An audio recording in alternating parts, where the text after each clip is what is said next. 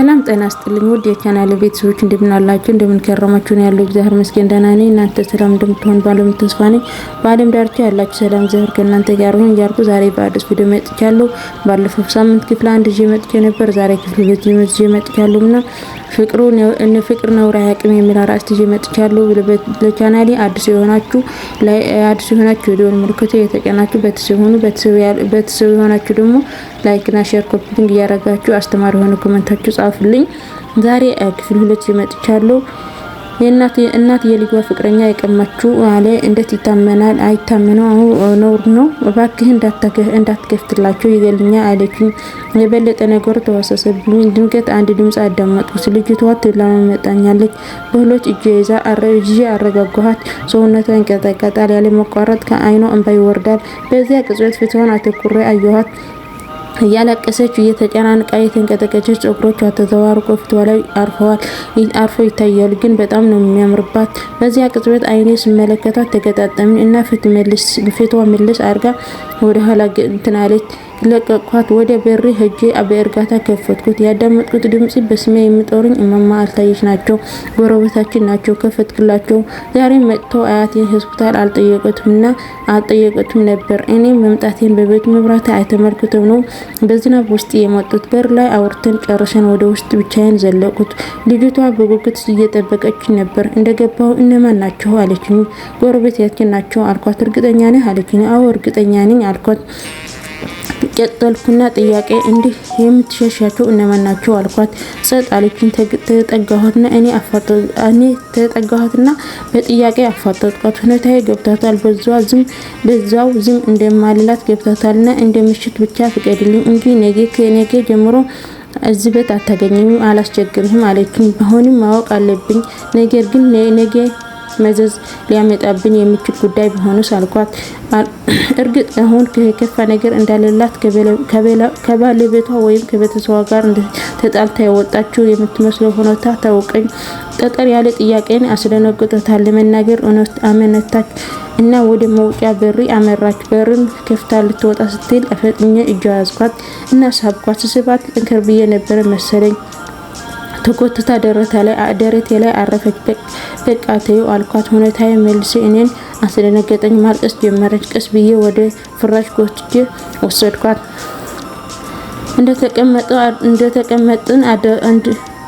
እንድትቀመጥ አደረኳት ደረቴ ላይ እንደተለጠፈች እኔም እንዳቀፈት ነው ስታለቅስ አሳዘነችኝ ምን ገጥሟት ይሆን ሲል የሆነችው ማወቅ ወጋሁ በዚያ አልቆየችም ከዚያ በፊት በህይወት ዘመኔ አዳምጬው የማላውቀው አስደነጋጭ እውነት ነገረችኝ እናቴ እና ላገባ የሚያስበው ፍቅረኛ ከኔ ተደብቀው ከ6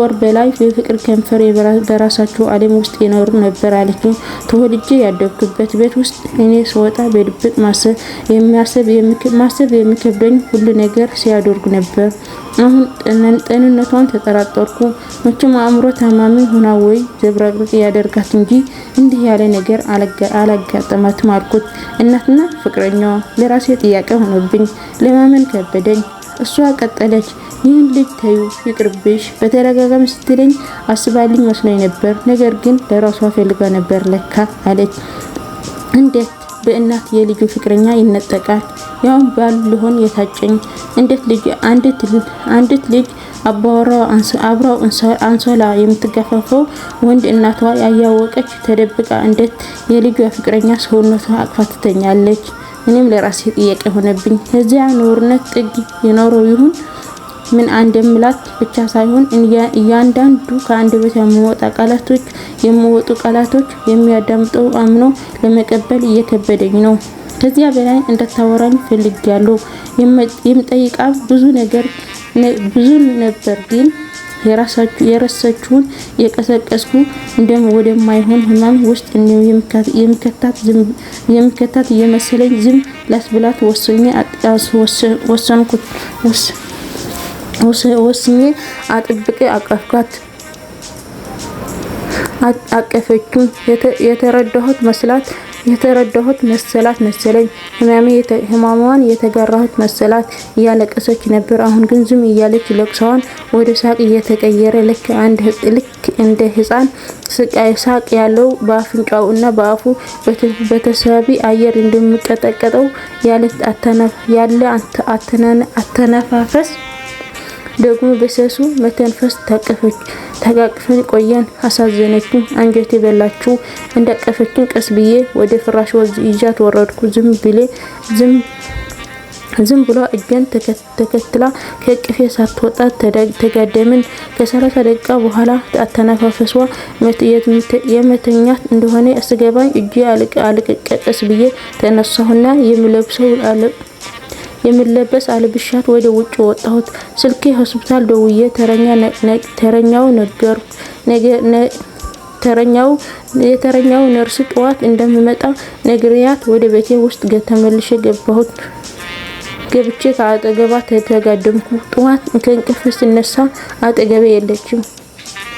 ሄዳለች እያልኩ ከተኛሁበት ስነሳ መሬት ላይ ደም ተመለከትኩት። የተንጠበጠበ ደሙ የተንጠበጠበ ወለል ዘለል ብሎ ወደ ውስጠኛው የቤት ክፍል አቅጣጫ ነው። እንደ ቆምኩ በአይነ ተመለከትኩት።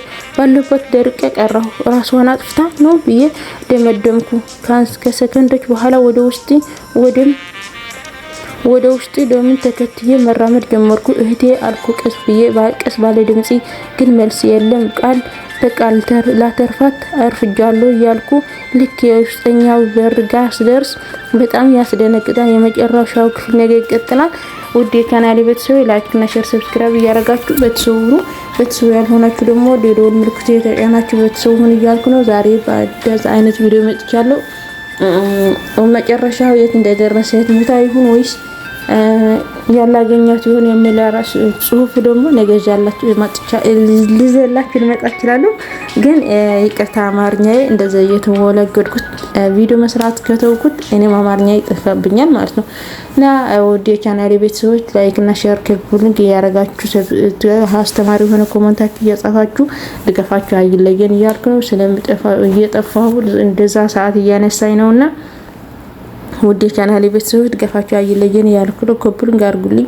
ቻናሌ እንደዛ ብሎ እየቀዘቀዘኝ ነው። መስራት ስለማልችል ብዙ ስራዬም ስለሚበዛብኝ ነውና